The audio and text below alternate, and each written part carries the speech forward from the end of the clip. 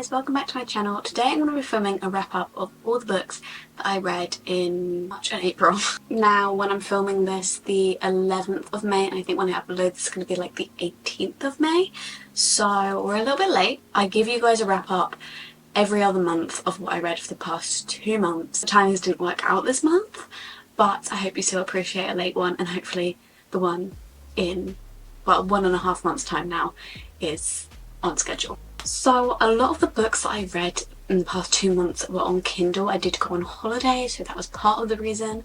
And then I just continued reading a lot on Kindle, and I kind of got in my Kindle era a little bit. So I don't have too many physical books in front of me, but I'll still take you through all the books that I read. So I did read over the past 2 months, 1, 2, 3, 11 books, which is not bad. In March I read 6 books.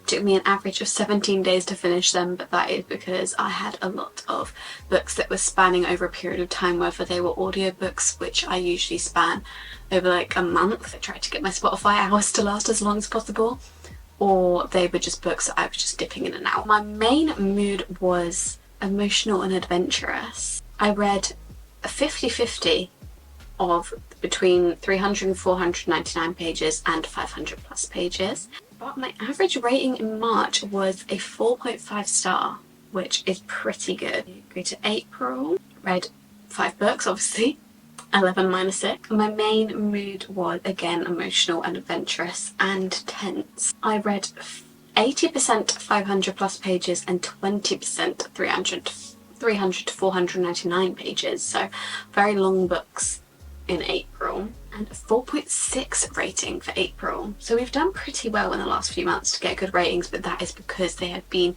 new releases from some of my favourite authors, most of them, which does mean that we didn't do very well on my TBR, but never mind, doesn't matter. I started off the month with Rebel Witch by Kristen Cicerelli. This one is the second book in the Crimson Moth or the Heartless Hunter series. Basically that series follows Rune and Gideon. So Rune is a witch and Gideon is a witch hunter, and Rune is trying to save witches and Gideon's kind of responsible for the downfall of the witches, because the witches used to rule the land that they're on, but it is now ruled by, what are they called? People that aren't witches basically have taken over, and the witches are being hunted down. And Rune is trying to obviously pretend that she's not a witch because she doesn't want to be hunted down, but she's also trying to save the witches, and she's known as the Crimson Moth. The Crimson Moth is what comes up whenever she uses her magic. It's kind of her mark so that they know who has done the killing or who has done that act. And so she becomes known as the Crimson Moth because nobody knows who's trying to save these witches, and she's like a member of the elite society, and so no one suspects her. The Crimson Moth ended on quite a big cliffhanger, and I don't want to get too into what happens in the Rebel Witch, but we're still following Rune and Gideon. It's still the same character. I believe this is just a duology, which I really love. I think we need to bring back duologies because it is just nice to just finish a series after 2 books, because I'm in the middle of so many of them. In fact, I should probably do a video soon of all the series I'm in the middle of, but I actually don't want to admit that to myself. I'd rather live in ignorant bliss, to be honest. Personally, I gave it a 4 star, or did I give it 4.5? I'll put it on the screen. It's hard to remember now because it feels so long ago, but I think it did take me a little bit to get into. Plot, I remember, was quite predictable. Like, you didn't really have any trouble seeing where the plot was going to go. It was quite formulaic in how it happened. Like, if you've read a fantasy book, basically you'll probably know how the plot is going to pan out for most of the book. I think one thing did shock me, but that was basically it, and it wasn't like some crazy shock. But for a fun book, I did really enjoy it. And sometimes the book is fun, and if you like the characters, if you like the love story, if you like what's going on in the plot, sometimes it doesn't really matter too much if it is predictable, because it's still fun. And if the author writes well, you can kind of make up for the fact that it might not be the most developed plot in the world, if it is still a fun one. And I really enjoyed my time reading this one. I really enjoyed the characters. I really enjoyed how the book was paced and how the ending happened, to just have 2 books and then that is the story, because I think sometimes in fantasy books where they're really long series, things are sometimes just thrown in there to keep the plot going, and I'm like, it didn't need to be this many books. Next we have Magnolia Park's The Long Way Home. Now, if you know me, you know I've had a complicated relationship with Magnolia Parks. The first one I ever read, I did not enjoy it. I think I gave it maybe a 2 or 3 star. I did go into it knowing that it wasn't supposed to be a romance, it was supposed to be British Gossip Girl. I did go into the right expectations, but I still think I had the wrong expectations, if you know what I mean. Like, I was like, oh yeah, you're saying no romance, but then everyone's rooting for this romance. But you've got to get into the books to figure out their romance, and in the first book it's not as explained why they are the way that they are, and that gets explained later on in books, so I think it's harder to kind of grasp the concept of the book and the concept of the characters. But what you've got to go into Magnolia Parks thinking is that they're very, very imperfect characters and they're very realistic characters.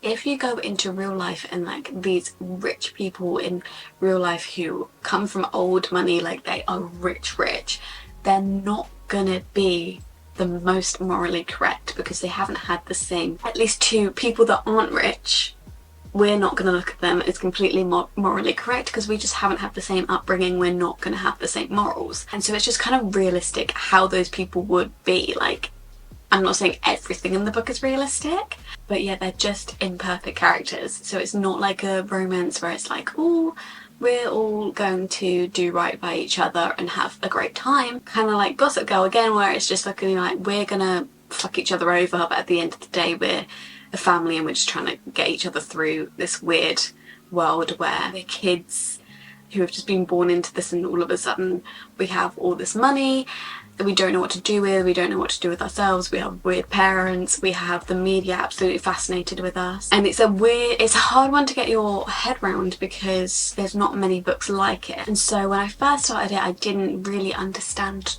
fully, so I didn't love it. I didn't like Magnolia, I didn't like BJ, I didn't know why his name was BJ. I still don't really know why his name is BJ. If anyone knows the answer to that, because they do reference it at some point, obviously, what BJ means. And I'm like, but why was he called that? I know what his full name is, but like, I feel like that, because I'm not claiming to be the biggest Magnolia Parks fan, like I don't follow anything except the books, I just read the books, I don't follow anything outside of that. So don't call me a fake fan, please. But The Long Way Home is Magnolia Park's second book, and I've read the first Daisy Hates book since reading the first Magnolia Parks books, and I definitely did prefer the Daisy Hates book. And then I went into Magnolia Park's The Long Way Home, and I actually really enjoyed myself. I think from Daisy's perspective, getting to see Magnolia, I think it just kind of gave me an outside perspective on her, and she's just so funny. Then The Long Way Home also gives you a much more of a perspective on Magnolia and BJ and why they are the way that they are, which I enjoyed as well and helped me to understand more as well. And so I actually really enjoyed this book. I think Jess Hastings' writing is just it's just so different and it's refreshing. She just puts like similes everywhere, and I'm like, I don't know how your brain came up with that, to be honest. Not my favourite series in the world, I still wouldn't say like I'm obsessed with it, but I did get close to giving that one a 4.5 or 5. I did in the end give it a 4. The ending was crazy. I prefer it as an audiobook because when I was reading it as a physical book I didn't love it as much. When I'm listening to it in audiobook I feel like it's more of like a drama. I can see them more as real people rather than when I'm reading it on a page. I just kind of get frustrated and I'm like, no, why are you doing that? Then I read Spark of the Everflame, which is the first book in the Kindred's Curse series by Penn Cole, and this one has been making the rounds on BookTok as the new fantasy series, like people's new ACOTAR. Personally, I wouldn't say the first book I was like, oh, this has potential, and I really did enjoy it, and the second book I really did enjoy it. Okay, we'll get on to, because I read them all in these past 2 months. The first one, 4.5 star, amazing, loved it. It's hard, it's like Throne of Glass. It's not like Throne of Glass, but you know how Throne of Glass like ends so differently to when it starts? It's just so hard to cast your brain back to describe. Let me just get up the synopsis because I don't want to spoil anything. So much happens and I don't know what happens in the first few pages. Our main character DM, she lives in this village and it is ruled by people who are called the Descended, and people who are not Descended hate the Descended because they think that they are evil. They have all this power. It's basically like in Powerless where there's the elites and the ordinaries. They're believed to all they care about is their power. They're cruel, horrible people. And DM's mother worked for the Descended as a healer, and DM's mother goes missing and DM takes her place to work with the Descended, and this leads to a whole adventure really. She has a love interest who is Descended, which causes a bit of drama, and again the first book is very different to the last book. It sounds a little bit boring when I'm saying it now, the first book, but trust me, it is not. The first book is a lot shorter compared to the other ones, especially the last one, and it just kind of sets up our journey. But I really enjoyed it. I gave it 4.5. I really enjoyed the romance. I thought that it was really bringing back the yearning in fantasy. I really enjoyed the way our main character was written. I liked her personally. I liked her and the male main character equally, which I love when that happens. I think I just gave it a 4.5 because it's a bit of a setup book, so there were some bits that kind of you're just trying to wrap your head around. It's not too interesting, it's just like trying to take in information. It did get a little bit confusing at some parts, but I did really enjoy it. I then finished my reread of Fourth Wing. This is the annotated copy that my friend gave to me for my birthday. So I've been rereading it since my birthday, which was in January, but I just wanted to take it slow, read all the annotations. I was just reading it in between other books, but I've now finished it, sadly. Now I want to reread the whole series. Obviously, 6-star book. Love this book so much. A beautiful book. It's annotated, it's bedazzled. Thank you very much, Soph. Then I went on to Glow of the Everflame, which is the second book in the Kindred's Curse series, and I gave this one a 4.5 once again. So it didn't quite get the 5-star from me. I do love this series, I just don't think it's quite ACOTAR, which is what everyone's saying it is. I sped through this one, and considering how long it was, I was on holiday and I was just constantly reading it. I do think I prefer it to the first one, but it just wasn't quite a 5-star. Maybe I'd give it a 4.75 if I wanted to be that specific with it, but I did really enjoy it. Again, we follow DM. What's the love interest name? Luther, who is the prince. I didn't say that earlier, but his dad is the king. He's the prince and he's known as like the most powerful Descended of them all, and he's expected to take the throne next. Then I read Sunrise on the Reaping by Suzanne Collins, which is the new Hunger Games book. It's being turned into a film next year. I cannot wait, and this one follows Haymitch's game. So if you've read the Hunger Games, Haymitch is their mentor, and this follows back when he was in the games and he won. Basically, his games takes place in a court of quell, which is every 25 years. In the Hunger Games, they do a special Hunger Games, so Catching Fire is a court of quell, and it basically just means that the game is special. So in Haymitch's games, there were double the amount of contestants. So we follow him, like Katniss, gets thrown into the games, trains for them, kind of tries to rise up against the Capitol, doesn't always work, and he's basically a Katniss 2.0. But obviously he came before Katniss. He has a little bit of a love interest. It's definitely the most heartbreaking of all the Hunger Games I've ever read. It was very sad, and I think it's my favourite book of the Hunger Games, so I'm very excited to see what they do with the film, if they make the film as good as the book, because it could be my favourite Hunger Games film. I gave it a 5-star. I think the writing in this was amazing. I think the plot was amazing. Length of it was good because I think the Ballad of Songbirds and Snakes was a little bit too long, and I think the pacing was a little bit off, but it was definitely better in this one. Then I went on to Heat of the Everflame, which is the third book in the Kindred's Curse series, and this one is the big chunky one. I don't have it with me, but on Kindle it's 1,000 pages. I think in paperback it's a little bit less. Actually, I think this one might be the one I read on holiday, and I read 1,000 pages in only 8 days, which I don't think is bad. This is the last book that is currently out. I do think that there is another one to come out. I don't know how many there's going to be in the series, if there's just going to be 4, but there is definitely another one to come out. This one, I fear it might be one of those books that is 1,000 pages to be 1,000 pages. Either should have been 2 books, or there was a lot of unnecessary things, or things that were over talked about, or scenes that were spent too long on that we could have cut down and it would have been a shorter book. I think if you're gonna be a book that is 1,000 pages, you need to be, obviously Kingdom of Ash isn't 1,000 pages, but I reckon it's similar in the paperback to what Heat of the Everflame is. And if you're gonna be that many pages, you need to have needed that many pages. And I feel like Kingdom of Ash did. It maybe even needed more, needed less than Heat of the Everflame, just because we're not following as many characters as we are in Kingdom of Ash. I just don't feel like we needed that much page time. Don't get me wrong, I really enjoyed it. Still gave it a 4-star. I think compared to the other books, it was a little bit weak in its pacing. It got a little bit boring at some points, and I wasn't as desperate to pick it up. I still read it in 8 days, so I was still pretty desperate to pick it up, but I wasn't as desperate to pick it up. I feel like because I knew it was 1,000 pages, so I was just like, yeah, pick it up, get reading. I could put it down. You know what I mean? Like, it wasn't like, oh my god, I can't put this book down, which I feel like the first 2 were kind of like that.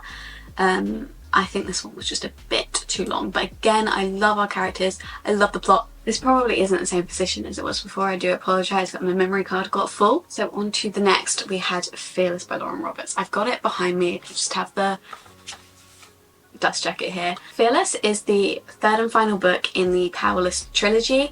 We do have another novella coming, but this is the final full-size book. Don't know what the Powerless trilogy is about. It's following Pei or Payden, and she is an ordinary in this land of elites who will kill off an ordinary because they believe that they carry a disease that's going to infect them and make them or their offspring ordinary if they breed with them or whatever. So they're not allowed to live because the elites think that it distinguishes their power. Pei lives in a poor area in this kingdom, and she has been pretending to be a psychic. She's taught, or her dad taught her, how to be a psychic and to pretend that she had power so that she wouldn't get killed. So she's pretending to have this power, and one day she saves the prince. She doesn't know he's the prince, but she saves him from death, basically. She saves his life. And so as a thank you, she gets entered into these trials, which are supposed to be an honour to take part in. The elites of the elites take part in it, and they basically fight each other to be crowned the winner. And Pei gets entered into these trials, and she has to pretend that she obviously has this psychic abilities and go up against all these people who actually do have abilities. And this is obviously the 3rd book, so a lot happens after then. Again, I can't really go into it, but it follows Pei again, and obviously her love interest, if you didn't get it, was the prince whose life she saved. I don't want to say too much. I was actually at Lauren Roberts' interview in London, and some girl did spoil the plot, and the gasp from the audience when she spoiled it, so I'm not even going to come close. I did not realise that many people in there would not know the death that happens in this book, but a lot of them didn't, judging by the gasp. So I'm not going to go into any details, but I really enjoyed this book. I think a lot of people had a problem with what they did with one of the characters in this book. Personally, I'm not gonna lie, wasn't ever really a massive fan of that character, so I don't really care what his ending was. That's a lie. Like, I feel like that's being too mean. It was upsetting when it happened. I was like, oh my god. But then I just moved on. I didn't ever expect her to go there, so when she went there, I was like, wow, she got me there, because I never expected her to go there. I think that obviously Reckless, a lot of people had mixed opinions for it. It was kind of like a transition book, and I didn't mind that. I honestly really enjoyed it. People think that a lot of the scenes between Kai and Payden have been reused and overdone. I eat it up. I'm not gonna lie, guys, I don't really care if it's overdone. I loved it the first time, I still love it now. I thought her writing on this was amazing. It was so different to Powerless. That's another like criticism that I've seen online. I've seen a lot of criticisms. I think people read Reckless and they were just salty, and so they've decided to criticise Fearless as well. Because I found nothing wrong with this book. I'm not gonna lie, I thought it was absolutely amazing. I could understand the not the hate on Reckless. I don't think you should have hate on a book, but I did understand people's criticisms. This one, I fear it was perfect. I have seen a lot of people say that the writing felt very different, and I'm like, well, she did write the first book at 18. Like, it is going to be very different, and I personally think the writing was beautiful in this book. I think you can really tell how she's grown as a writer, and I think that is very beautiful to see from the first book to the last book, that she's grown so much as a writer, and I think that we should celebrate that rather than being like, oh, it sounds so different to the first book. Like, yeah, because she's, I don't know, 4 years older. Plot twist. I did not expect this book to be as plot twisty as it was. Like, the plot was becoming left, right and centre, and I was like, Lauren, I didn't know you had it in you. I knew she was a great author, but in the books, like, she shocked me sometimes, don't get me wrong, but it's never been like, I've never thought that things that happened in the first book weren't going to come back around in the last book, and it was going to be like how Sarah J Maas pulls everything round. I love that, but I never thought that would happen in this book, but she really did pull some things back around, and I thought that it was incredible how she did that. Can't wait to read the novella. I have an inkling about who it's going to be about, but I can't wait to read it. Next, I read House of Earth and Blood. First Crescent City book. She finally did it. Oh my god, this has been on my TBR. I don't even know how long, over a year. It has just been sitting on there, looking at me. I completed it. I just thought it was going to be shit. You guys make it seem, not you guys, not all of you guys, I'm sure some of you haven't read it, I'm sure some of you loved it, but a lot of people make it seem like this is the worst book they've ever read in their lives, and they hate this series. And I think it's just because Sarah J Maas is so widely renowned as a lot of people's favourite author, and people love ACOTAR, people love Throne of Glass, and so maybe if this one didn't live up to people's expectation that they put there from ACOTAR and Throne of Glass, maybe they didn't like this one and it was just such a shock that they've made such a big thing about it, and maybe they didn't hate it that much. But this is my favourite book of Sarah J Maas. It slapped so hard. Again, a very long book, about 800 pages. I read this in 8 days. I just feel like I slayed the long books this last few months. So I might have only read 11, but I absolutely demolished the long books. I mean, granted, I went in with low expectations, but it was still Sarah, so they were still pretty high. I was like, Sarah can't do that badly, and I loved it. I think it is confusing, but I feel like in fantasies you've just got to pay attention, don't get me wrong, but if you don't understand things, you just move on and they'll come back around and you'll understand them eventually. Or there are a lot of guides, like reading guides online, if you really don't understand something. I feel like we don't need to overcomplicate it, and I think people who say that this series is too complicated and too much info dumping, that's why they don't like it. It's like, just read the info, take it in. If you don't understand it the first time, that's fine. Fantasy books always come back around. They're not just gonna be like, explain something once, never explain it again. And if they do, then there's reading guides online. I feel like we don't need to criticize the book because it's too complicated. Sometimes, yeah, if an author is just throwing things in to try and make the book really complicated, then fine. But I feel like all the things in there is just world building. It's not info dumping, really. I think the first 100 pages, I've never really read an urban fantasy, so trying to wrap your head around that and like trying to step foot in the world and figure out what's happening and where everything is. But I feel like that's the same in many fantasies, and I don't feel like this deserves the slander that it gets. I'm not gonna lie. We follow Bryce, who is a girl. I didn't even know Bryce was the girl, I'm not gonna lie. We follow her, and she is very different to Sarah J Maas's other characters, which I feel like is something else to go into with the expectation of. At the start, she is this party animal, like she goes out all the time, does drugs, everything. Like, I was like, okay, Sarah, like, I didn't know this was the route we were going down. Don't let that put you off. She has some character development, of course, as all Sarah J Maas characters do. But she's just very, very different to Feyre.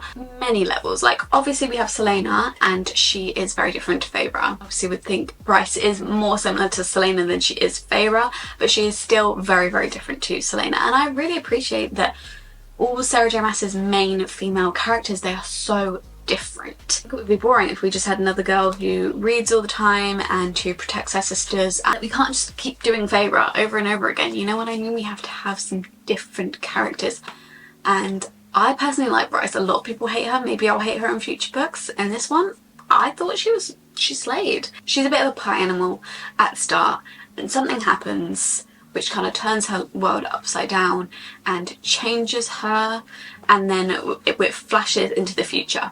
So after about 100 or something pages, we flash into the future. After this horrible thing happens, then we get into the main thing of the story. So I feel like that's why a lot of people say the first 100 pages they don't really like, because it is just one big setup for the flash forward, and that's not a spoiler, it does say it on the back. And then what happens in the past happens again, and she teams up with this guy, play detective together and figure out what is going on in this city. And he is also hired as a bit of like a bodyguard for her. It's kind of like a mystery book as well. I just loved it. It's like a romance, fantasy, mystery. It's just so different to any Sarah J Maas book. It's so different to any fantasy book I've ever read, and I really enjoyed it. I think if you've been putting it off for a long time, don't do it anymore and just read it. Let me just take a minute how floppy the second one is. Considering I've cracked the spine of this one, that's how floppy she is. Considering I've read it all, like, gone like this, cracked the spine of this one. When I first got this book, like, that's how floppy it was. Like, it was not even moving, it was sturdy. Look at this one in comparison. Spine, not cracked at all. Don't get me wrong, I do not mind a cracked spine. I actually don't really like when books don't have a cracked spine on my bookshelf because it looks like I haven't read them. But not even the cracked spine, and look at how she opens. I can read every word. Anyway, I'm about to start it. I'm literally on the first page. I started reading it last night and I was like, I'm actually too tired to take anything in. But I will be starting that today. Okay, this video is going on very long, but I only have 2 more books to talk about. I feel like I haven't yapped to the camera in a while. That coffee's so cold. Daisy Hates is the next book that I read. This is the second book in the Daisy Hates series, the last one that is out so far. There should be one more Daisy Hates at some point, but I gave this one a 4-star once again. I actually am now on the same footing with Daisy and Magnolia.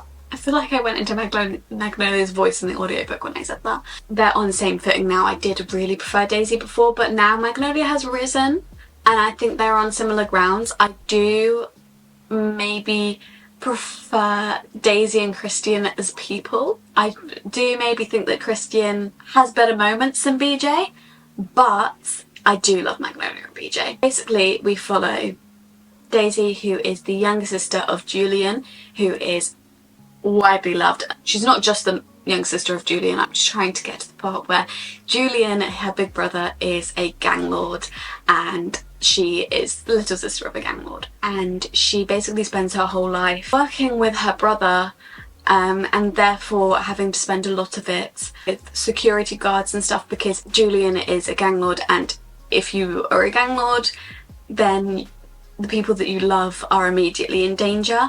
And so the relationship that Julian and Daisy have is a very sweet one. He is kind of like a dad to her, like a parental figure to her. We have that relationship in it. Obviously the brother and sister relationship is very special in this book. And then we have Daisy and Christian, who are our main couple in the book. I don't want to say too much, but Daisy is trying to live a normal life in the second book, away from all the gang lord stuff. Obviously it's just a very different perspective to Magnolia, because Magnolia, she doesn't even want to know gangs exist. She doesn't want to know what Daisy has seen, what Daisy has partook in. Like, she doesn't want to know any of that. She is oblivious to that. And then we have Daisy, who's literally in the thick of it. So they're very different perspectives, but I do love them both, and I gave this one a 4-star. Again, I just preferred the audiobooks to reading it though. And finally, for the past 2 months, I read Emily Henry, Great Big Beautiful Life, my most anticipated read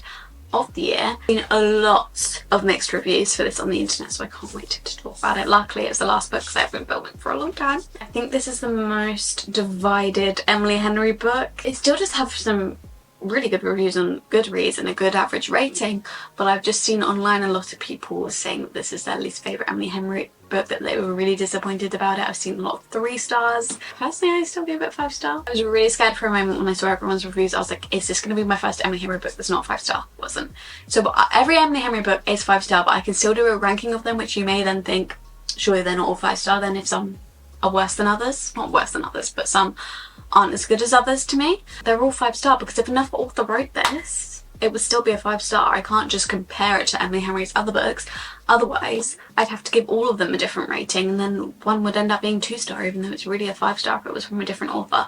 I think People We Went on Vacation is in last spot, just because I don't feel like I have as much of a connection to People We Went on Vacation as the other ones, and I feel like this might be in the spot above that.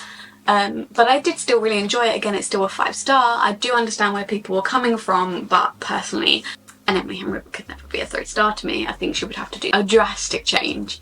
But she did say that this book was going to be very different, and it is. It follows 2 storylines. It follows our current storyline where we have Alice and Hayden, who are competing to write the tell-all on this famous celebrity from back in the day who just disappeared, and she's now ready to tell her story. And Alice and Hayden, they're both writers, they're both journalists, and they both want to tell the story. Hayden is a lot more qualified than Alice, but Alice, I feel like, has a lot more of her heart in the job. Margaret, our celebrity, gives them both a month to convince her that they are the ones that should have the job and that they're the ones that should tell her story. So they spend a month, is it an island? I think it might be like on an island or something with her, split the week in half, and they spend half the week with her, and then the other person will spend the other half of the week with her, and in the end she'll decide who is going to write the story. So that's kind of the setup for it. We have, again, Emily Henry's emotional subplots, and it is very different for Emily Henry. Obviously, writing 2 storylines is very different, and you get parts in it where it says the story, and it will tell the story of Margaret Ives and her family, because she comes from just a very long line of wealthy people. All the story parts I didn't enjoy as much as the real life parts, but I did find them very interesting. So I do understand why people could have rated it lower because of that, but honestly, Emily Henry's writing is so beautiful that even if I'm not as interested in a part, I'll still be interested in it, you know what I mean? That it was very realistically done how they fell in love as well, because I feel like in some books the romance gets very complicated, and in this one I feel like they're just like, well, I like you, so we'll try figure this out, which I like. And people say it's insta-love. I really wouldn't say it's insta-love. I think because there's 2 stories going on, there's obviously less pages for the actual romance than a normal Emily Henry book would have. A normal Emily Henry book would have 400 pages just for the romance, but because there's a split between 200 pages for the romance instead, so maybe that's why some people felt that it was insta-lovey because of that. It was kind of like a mix between The 7 Husbands of Evelyn Hugo and an Emily Henry book. It was really cool to see, and I really enjoyed that she was branching out and trying something new. Yeah, I gave it a 5 star, obviously. So that is it for all the books that I read in March and April. Obviously we're a bit into May now, so I've read a few books, but I will put them in my next wrap up. If you enjoyed this video, please give it a thumbs up, comment down below if you've read any of these books, what you thought. I'd be so interested to know what you thought of the Emily Henry book. I feel like there's so much divided opinions on the internet. Fearless as well, that's also divided people. Subscribe down below and turn the bell on and you'll be notified every time that I upload. If you want to, you can follow my social medias at _libraryofeden on both TikTok and Instagram, and I'll see you in my next video very soon. Bye!